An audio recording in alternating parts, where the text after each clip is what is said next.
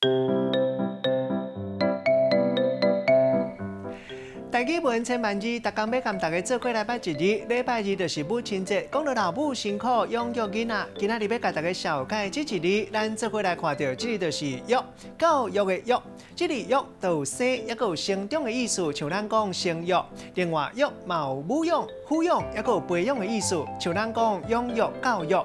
另外，还有一个音读做养，养嘛是甲囡仔抚养大汉的意思，像咱讲养饲。啊，囡仔好饲，咱讲是好养，或者是好养饲。带大家做伙来小解两个词。头一个咱读做养育，代表抚养，也有若是饲，也有培养，培养也有培育、接受教育的意思。